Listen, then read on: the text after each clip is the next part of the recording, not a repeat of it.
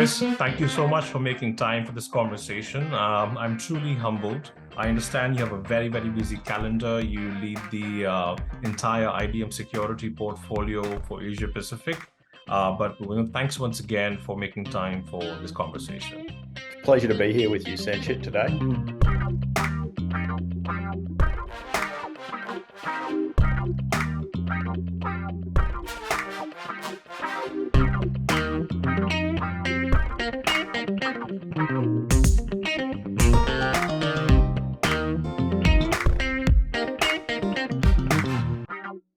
So, Chris, you've got a long-standing career in IBM and in security. So even before I start quizzing you on the nuts and the bolts of the business, let me hear from you, first of all. How did your journey start in security? What fascinated you? And how come IBM? So, yeah, I mean, my journey in cybersecurity actually began in a startup, a cybersecurity startup, which specialized in network security and access management. And so our company was acquired by IBM back in 2000. And, my journey has been with IBM since, a company that keeps building organic solutions, but also acquiring where necessary. And so, yeah, I've been through every transitional phase of cybersecurity over that period. So, I think what keeps me going is that, there's so much to do. And, the outcomes of this is really the benefit of all. So there's a great transformational piece, as well as then, that helping make things better globally and across Asia Pacific being my focus. 2000 was a very interesting time, the dot-com bust era, and truly when the modern technology enterprise architecture really, started. So I think it's a good time to be in cybersecurity for you. Yeah, I think the transition at that point was for, and I think that period was about it was the first time where applications were starting to be put on the internet. Yeah. So that disruptive change was about supporting digital transformation. And so yeah, I mean, the dot-com boom blasted that out. And then we started to, understand what the modern era of cybersecurity demanded. And, that continues as the, those big changes are happening as we continue out to this cloud journey that we're on right now. Yeah. And I understand that this chat that we're having today is meant to be about this beautiful report, and I have a copy of it myself. It's the Cost of the Data Breach report, right? 2022. It's a 17th version. I've had a personal read through it. It reads fantastic, great insights. But, before we sort of get to the report, I'd love to sort of lay some context and background for the CIOs and CISOs who are going to be seeing this video. So, as a CTO for IBM Security in the region, you are privy to client situations that never make it to the public eye, right from some traditional mistakes that I'm sure, some glaring misses that you continue to witness, some old mistakes that you think that should have been solved by now. And I'm sure there are some great, world-class environments that you're sort of awed with. So from your lens, give us a sense as to what's the kind of variety you see in the region, and what's really changing from a cybersecurity posture? Yeah, I mean, I think we started this conversation talking about that digital transformation piece, and we entered a period there after those 2000s. I mean, the digital transformation continues, but compliance-oriented mindset, kind of took hold, and that's what kept cybersecurity as a focus for many years. And attacks were always there, but with the availability of operational cloud environments and opportunities for clients, interwoven with that, providing an opportunity for attackers to make monetary gains. We're really seeing a transition, in particular in the last couple of years, according to even if you look at our X-Force report, that cyber attacks are starting to have real world consequences, and that regulation environment is really accelerating at different rates across different countries, but nonetheless heading in a similar direction. And really the demand, the next phase of demand is really for driving better cybersecurity capability at speed and scale across all workloads. So if you look at the regional lens, the countries that have mature regulatory frameworks and enforcement, such as Singapore, and there's others that are embarking on it, and some that are midway through. Other regions are also very technologically focused and mature and moving fast in that respect. So implementation of modern capabilities are there. So it's really the combination of these two things, and if you add the collaboration, the vital role that the ecosystem has to support that, there's going to be some gains made. And the fact is that IT is not going to slow down, and therefore cybersecurity. If you look at this report and the data in it, it's quite harrowing to see the numbers. Yeah. But we need to start to speed up. I'm really keen to get perspective on the glaring misses part, because I'll tell you why. I continue to sort of work with some of the top brands in the region, and I continue to see that some age-old mistakes around how data is backed up, how data is secured, and how passwords are managed. We still have those problems. Do you see that as well? Yeah, I mean, I think if you look at the historical approach to cybersecurity, it's mainly been following probably a linear path of technological advances. But I think the tipping point is here now, where the adoption of let me call it heterogeneous and open platforms across cloud has had us as an industry to rethink the way that we're delivering. We need to deliver security at scale and speed. And whilst their point controls are still required for protection, and you mentioned authentication as one, data security, the protection controls that are mandated and required there are still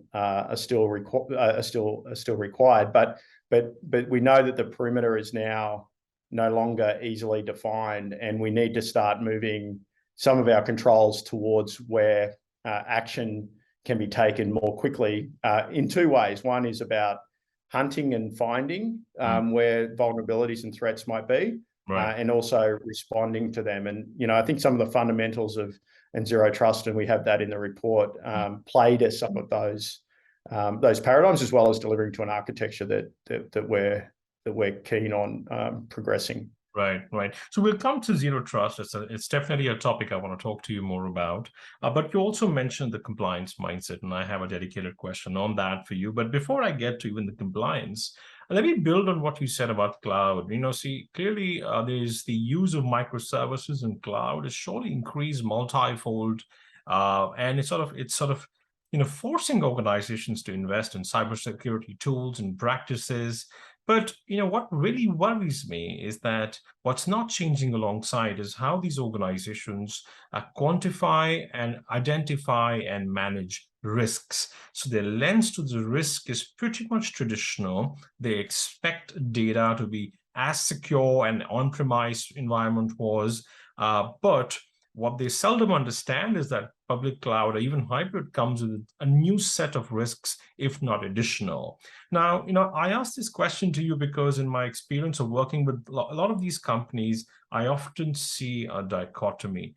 While at the one end, leaders are pushing for change and all of that, but in the other end, there's still these very stringent compliance requirements, very traditional mindsets, and more importantly, these traditional committees which are governed by traditional people that still don't see value in a lot that you have to offer.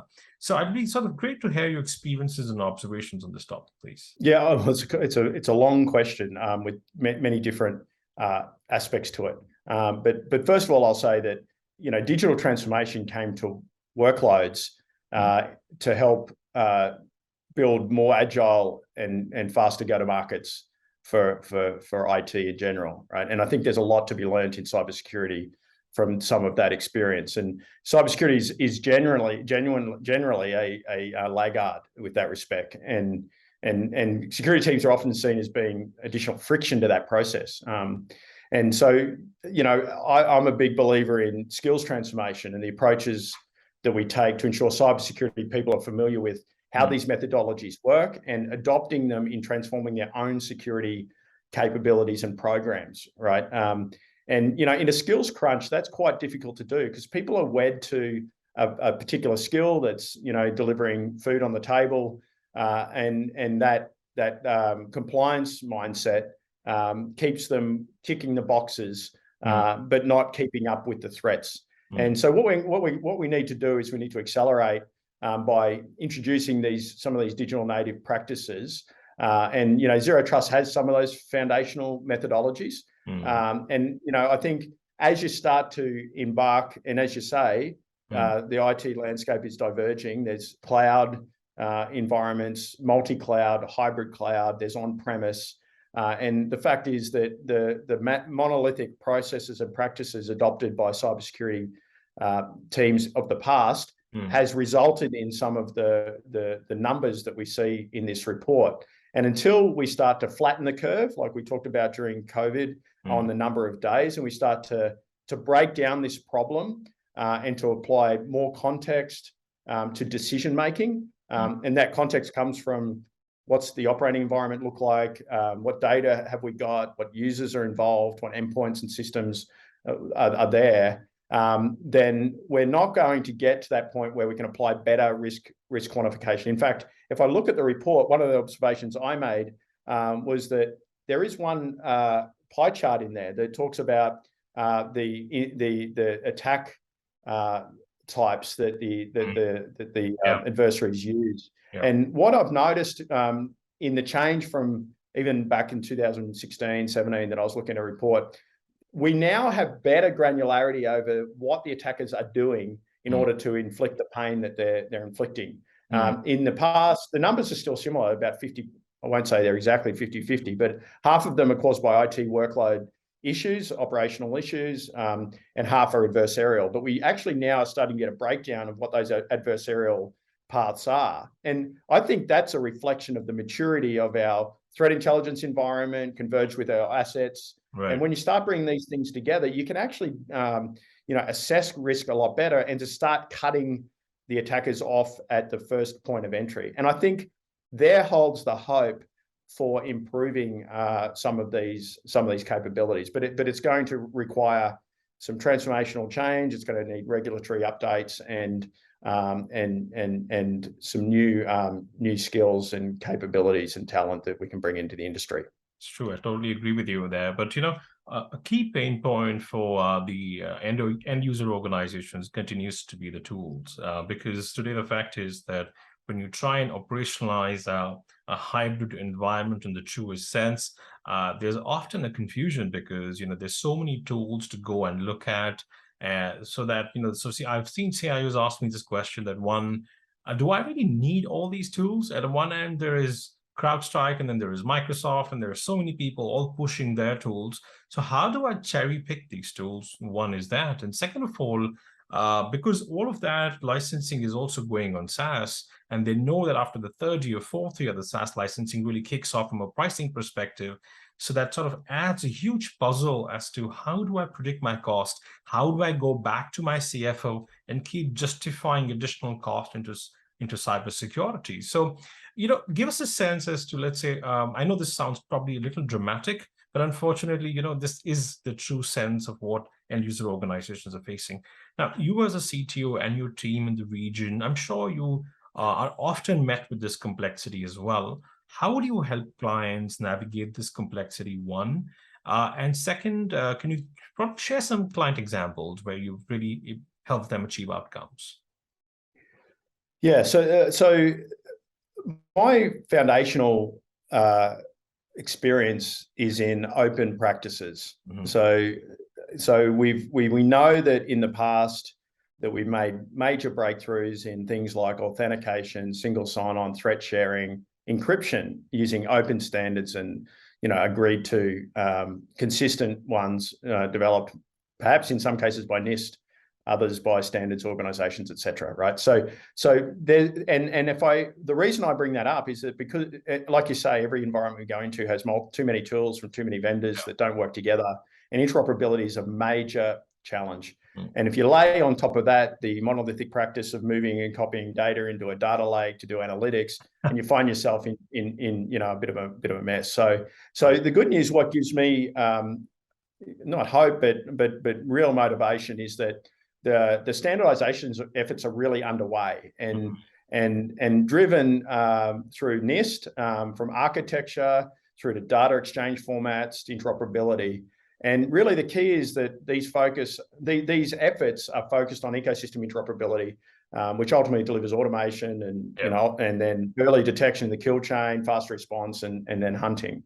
So really for clients, it is back to a foundation of strong architectural principles based on open practices, and it's about taking stock of what you've got now and understanding what those systems are used for in what particular threat lands or data lands or whatever it might be, and understanding where the orchestration opportunities exist to deliver to business outcomes. And that's one of the things we do with our clients is we workshop in an open way, to understand where best a prioritization effort could be applied to the risks that they have, and help them come up with a joint first step, at least, in moving towards these open architectural approaches. But I don't want to understate the task. And I think the regulatory landscape is evolving such that it doesn't matter which country you go to. There are in the United States, obviously zero trust is foundational to their presidential order recently, but the other nations have become comfortable with using that term because it's not a marketing term. It's backed by some strong foundations that I talked about. So with emerging regulatory regimes, replacing some of the monolithic ones that didn't follow, that may not have been benefited from those that large scale interoperability piece, then that gives me hope that's the regulatory landscape is going to support the technological advances, which will ultimately start to drive change, which will start to cut through some of the issues that you bring up. And some of the issues are about how expensive it is to move and copying data. The amount of operational work that my team does in the SOC, trying to standardize on data formats and exchanging them. Those mega challenges, whilst sounding simple, are the ones that are going to make a tremendous difference to teams that effectively just want to start connecting systems together and hunt and find and remove risks at scale. Right. I think we can sort of have another session fully focused on this at some stage. But right now I have to come back to what we're here for. It's for the report. So let me sort of circle back to the report, and I'm sure I promise we'll do another session, which is going to be a long session on your approach at IBM Security. But first of all, let me congratulate you on the report. I'll tell you why. It's the 17th edition of this report, which means a few things. One, that over the course of years, what I've seen is that the quality of the content and the insights have improved dramatically. One is that. Second of all, what it also means is that for IBM, you don't take this lightly. It's just not a sales channel for you. It's more like a dedicated exercise which you're super committed to. So that's wonderful.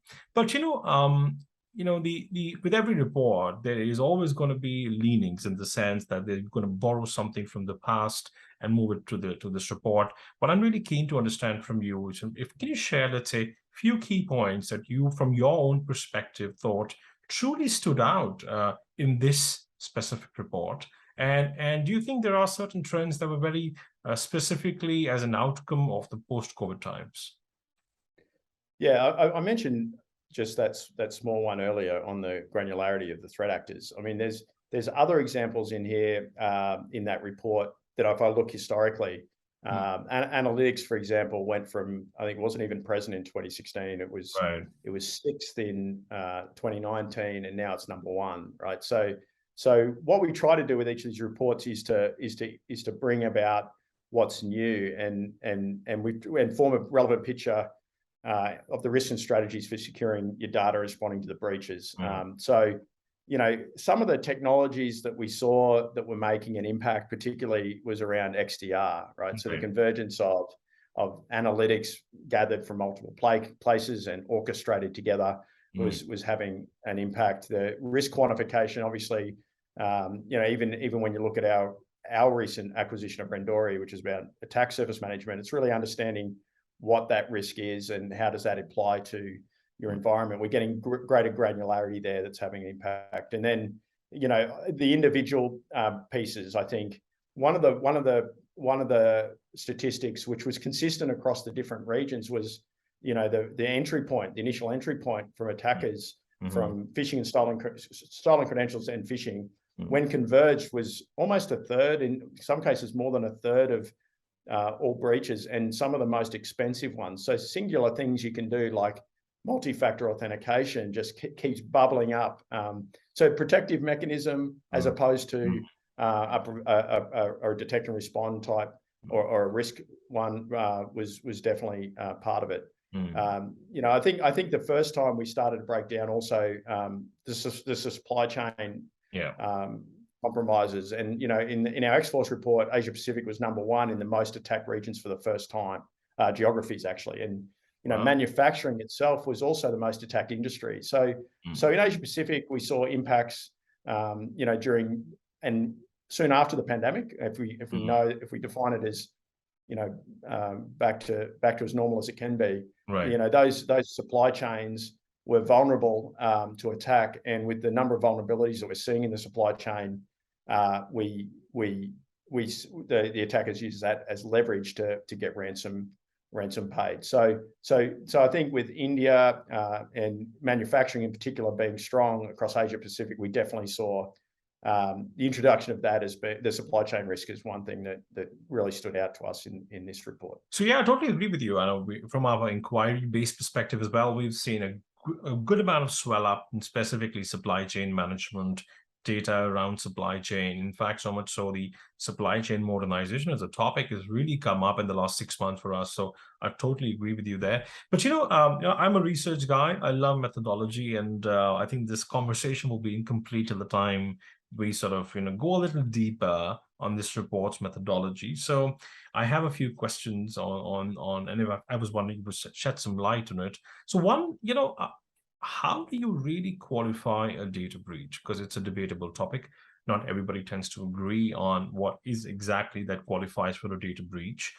Second of all, calculating a data breach cost. I'm sure there are multiple sections. So, why don't you sort of first of all, talk to us about, let's say, how does IBM approach qualification of a data breach, and second of all, what really goes into it?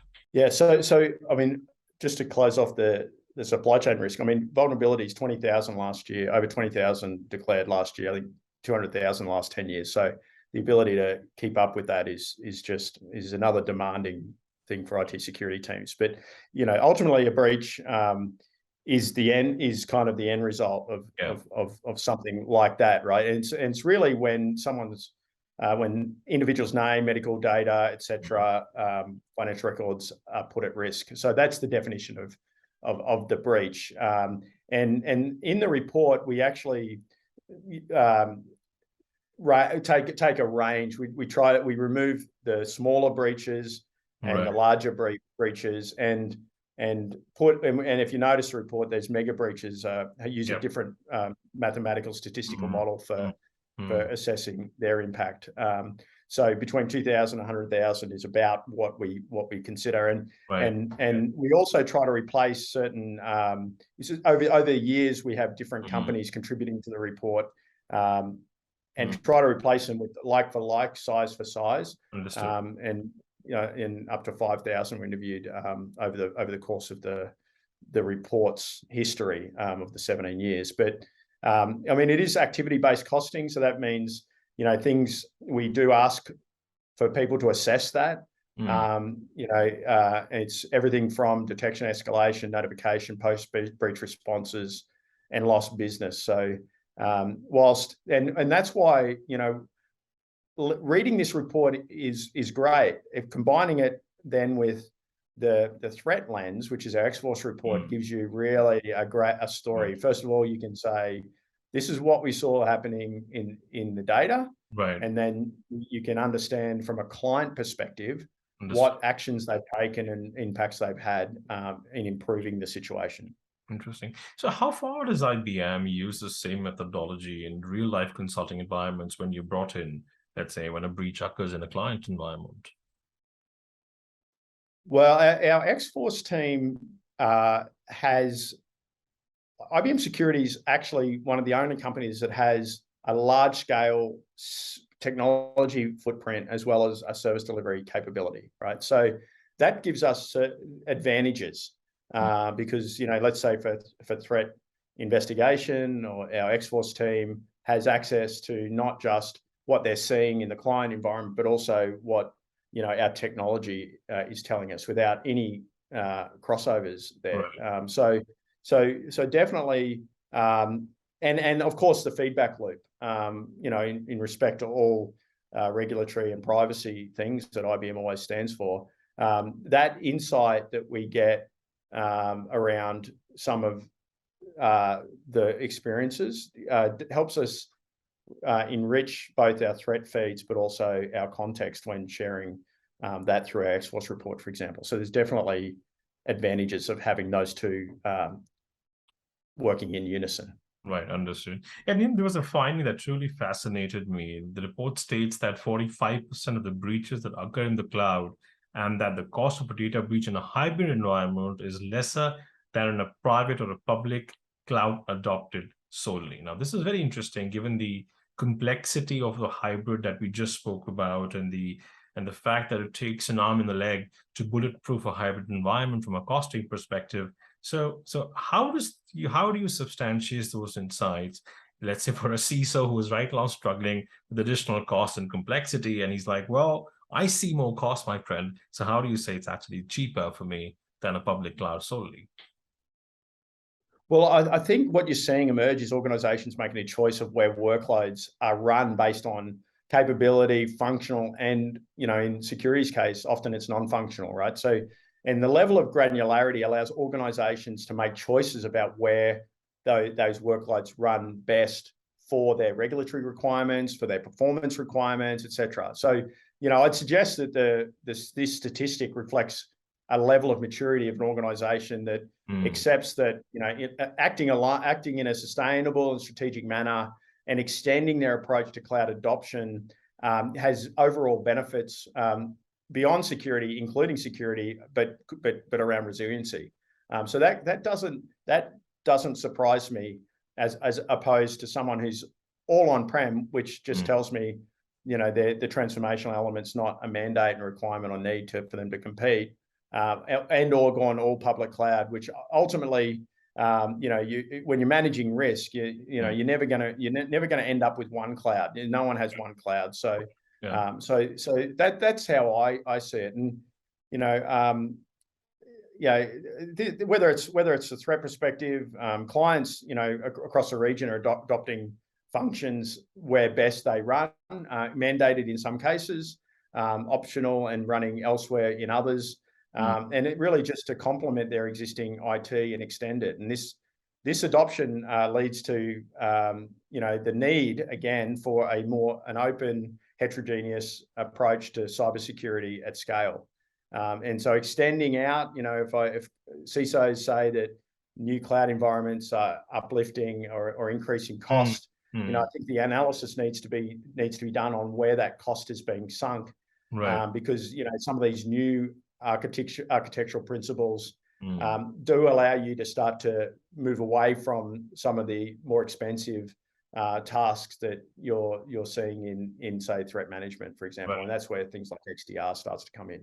Understood. And, you know, you've spoken about zero trust, I think a few hundred times, if not more, till now, and that's just a joke, and it's just a few dozen times. But you know, it's definitely a topic which is getting significant attention in the region, and there's ample evidence, as you rightly pointed out, that for its importance in the modern technology architecture. And I think the report does great justice to talk about how the cost of a data breach is less than by $1 million if zero trust is part of the foundational framework. But, you know, in your view, what's really stopping organizations in the region from adopting the zero trust framework in a big way? It just can't be legality, compliance, and regulatory requirements that drive people to zero trust.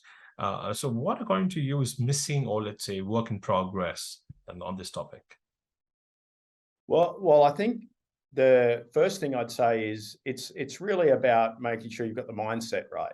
So I'm going to try not to say the word for the rest of the interview, but the mindset applied to existing work cybersecurity activities may apply and qualify. But I think so it's a granular thing, and I think the thing that is holding it back, or is getting it moving, in fact, and then is going to accelerate, is that those standards are evolving. And I know that IBM is participating in some pretty sophisticated interoperability events under NIST that includes many other vendors getting together to make sure that scenarios are executed right. So in considering that mindset, there are three. If you have the three elements in mind, it's the ensuring least privilege, and then the second one being, and this is where most of the enhancements have been made, is around continuous verification, and the third one being assumed breach. Now, continuous verification has actually started to deliver us analytics at scale closer to where the attacker might be starting their attack, and being able to focus analytics and AI down at that level helps you start to cut things off, like ransomware events. If you know that endpoint is emitting some kind of signal that's not normal, that when connected with threat data, you can cut that system off before it does damage across the entire network. To me, that's the three principles working in unison. But I think if you measure it as an overall ecosystem approach, and a compliance one at that, the evolution of the standards and then the implementation of those standards by those vendors across the ecosystem is where a lot of the acceleration will come from. In most instances, you might find vendors are selling zero trust as a feature, but for me, it's a principle that sits above and around an overall architectural approach, but executed at different layers of the IT landscape. And as I said before, it is about where to get started, and it is a language that we teach each other as well across people who are not familiar with security. It is something that that does cut through. People do apply it even today when they're receiving phone calls, SMSs. You have a zero trust mindset every time a call comes in. So translating that into the bigger picture, I think we're going to be able to make, for the CIOs, the CTOs, et cetera, listening to us today, that mindset applied to that overall architectural approach will give, that benefits as these regulatory and standards efforts continue to evolve. I think it's very well said. I couldn't agree more with you that it is sort of a mindset that you have to approach it with, and it's just not a set of tools that ultimately, well, it will translate to a certain amount of tools, but it is sort of a mindset and how you sort of approach that as a framework. Very well said. I couldn't agree more. But and again, this is a topic I'd love to spend more time with you in a separate, probably a discussion on zero trust. But in the interest of time, I know we have to sort of wrap this up in about 5 to 10 minutes from now. So I'll quickly get to another question that really caught my attention, is that, interestingly in the report, no country in the region features in the top 10 countries that has the highest average cost of data breach. And just to sort of, for all viewers, this is an interesting piece of information for you. Australia features at number 11, closely followed by ASEAN and India. And the average cost of data breach is between $2 to $3 million. And when you compare that with the US, it stands at $9.5 million USD. Now, that is a huge gap. Now, Chris, in your expert opinion, would you say that this lower cost of data breach can only be accounted because of, let's say, lesser compliance and legal requirements, or is it also probably on account of lack of understanding and reporting of the breach itself? I actually think it's a lot simpler than that. I think it's the fact that the metric used is US dollars to measure the cost. So that's probably the most simple answer I could get. In particular, the US, have an expensive healthcare environment. Number one is typically the cost of healthcare breaches. The fact is that if you translate it into local currency, the percentages really make the difference for me. The focus on the percentage increases, Singapore, I think, was up 8%, is probably a more realistic reflection of the cost of labor, goods, insurance, services. And of course, cyber criminals are not not silly, right? They're after leverage and pain and whatever they can inflict on at scale, and companies are willing to pay. They know that data, right? So I think the percentage is really probably where people should focus on the increases in the local currencies. Makes sense. But what I've also seen from personal experience is that in many countries in the region, there's absolutely no legal requirement for a company to sort of proclaim and sort of come out and sort of tell the people and consumers that there's been a data breach. And I think that in itself adds to a huge contribution to the cost as well. And that's pretty glaring because in the US, I have a lot of clients there as well. For them, it's a requirement. It's part of their thought process and mindset. But here in Asia, it's anything but that. But nonetheless, I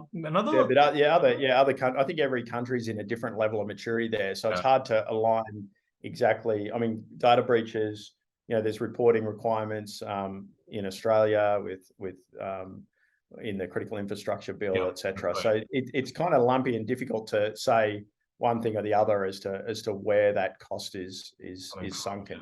Yeah, agreed.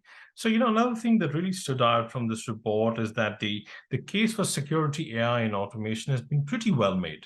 And once you start reading through the findings, what you truly realize is that the cost advantages and the cost of the breach truly comes down by many $1 million. Now, while that outcome is expected, and it's not really a surprise per se, but my question to you is more from a regional perspective. The adoption of security, AI, and automation is happening in pockets. It's not something that's happening at scale still. Now, how do you see that changing, one? And second, for any organization in the region, what is a typical starting point of that journey? Because it's a long journey and it's an expensive one at that. Where do you see that for clients? Well, I think if you start to break down the problem and you focus on where the maximum impact of applying analytics and automation can be, then you start to get a better picture as to what the impact is. So, if you consider analytics and automation at the overall threat management program, that is a large piece of work. It takes a lot of energy and effort to understand what the least risk approach is. If you see something, often humans are involved. But if you start to distribute the analytics closer to where incidents might occur, then you start to see greater impacts, and because that often leads to a shorter detection and response. Right. And so what we're seeing in different, whether it's ecosystem driven, so we've got different ecosystem partners who are getting into security, who are pushing, for EDR solutions, for example, to help their clients who are worried about the ransomware threat. That alone, we acquired a company called Reactor that really specializes in trying to cut that off before it becomes part of an overall end-to-end kill chain type sequence. So I think analytics and AI and automation doesn't necessarily need to be done at the system level or the program level, but applied, a bit more like the sharp knife at that point, to really cut it off. We're seeing a lot of that type of activity happening. And when you get those things acting together, those elements acting together, you start getting that overall impact on the security program, removing a lot of the noise and therefore, hoping to enable, faster security at speed. So I mean, there are other examples which have been around for a long time, particularly in the customer identity and access management space, where we strong authentication and single sign-on has been the domain of choice over the years, but introducing fraud solutions that are enabled by global threat intelligence is another good example where automation and AI is applied at that SaaS level, right, that gives you the benefits of cutting off an attacker from stealing money from your bank account before they actually do that. So even during COVID, we saw a lot of campaigns in email, which others would have heard about, where phishing attacks were being used to try to tempt vulnerable people into clicking on links to ultimately get into bank accounts and steal money. So there's pinch points in that attack sequence where analytics applied can really break through some of the overall costs of any type of breach. It's a great answer. Thank you. Thank you for that, Chris. So now, I know we don't have much time left, and I'd love to ask you a few dozen more questions, but I really want to wrap up on a note of caution and advice in the interest of time. The fact is that, the CIO's plate is full, over brimming in many cases, and prioritizing these tasks becomes quite confusing and complex. So if you were to step into the shoes of the CISO, is there a certain amount of prescription that you would cut to them as to where should they start from with so many priorities on board? Also, let's keep in mind, Asia is a very heterogeneous environment. There's a ton of legacy. How do organizations approach the threat landscape today? So the first advice I'd have for a CISO is to take advantage of the skills base in your CIO or CTO organization. And that could be from the DevOps oriented people that are new to the industry, or it could also range right through to the architects, because really, so that's number one. We need foundational capabilities to bring new ideas to the way that we tackle security. And that second one is really that keep the open standard-based architecture and approach at the front of mindset. Because every vendor is going to come to you to talk to them about having the best thing to do the best thing, and it has to fit into an overall program. And be confident knowing that these standards are evolving to address these problems at scale. And the third one then is identify those business use cases and scenarios where you can get started and deliver an impact and prove that an approach to dealing with this problem doesn't have to be the way that we've done it before. So, and I'm sure there's plenty of companies, consulting houses, including IBM, who can help you prioritize around what you've got, making the best of that, putting you on a journey to process improvement. And then, I think many people have a view that security will continue to get more expensive. My view is that it actually needs to become less expensive. We can do that by moving our skills to areas of higher impact, and I think some of those principles can really help that. Chris, this has been a wonderful conversation. Thank you so much for your time. I know we have a few pending conversations as an outcome of this, so I'll definitely catch up with you on Zero Trust, XDR, and a lot more. But in the meantime, keep Asia safe and happy as a place. Thanks, Sanchit. I really enjoyed the conversation. Thanks a lot, Chris.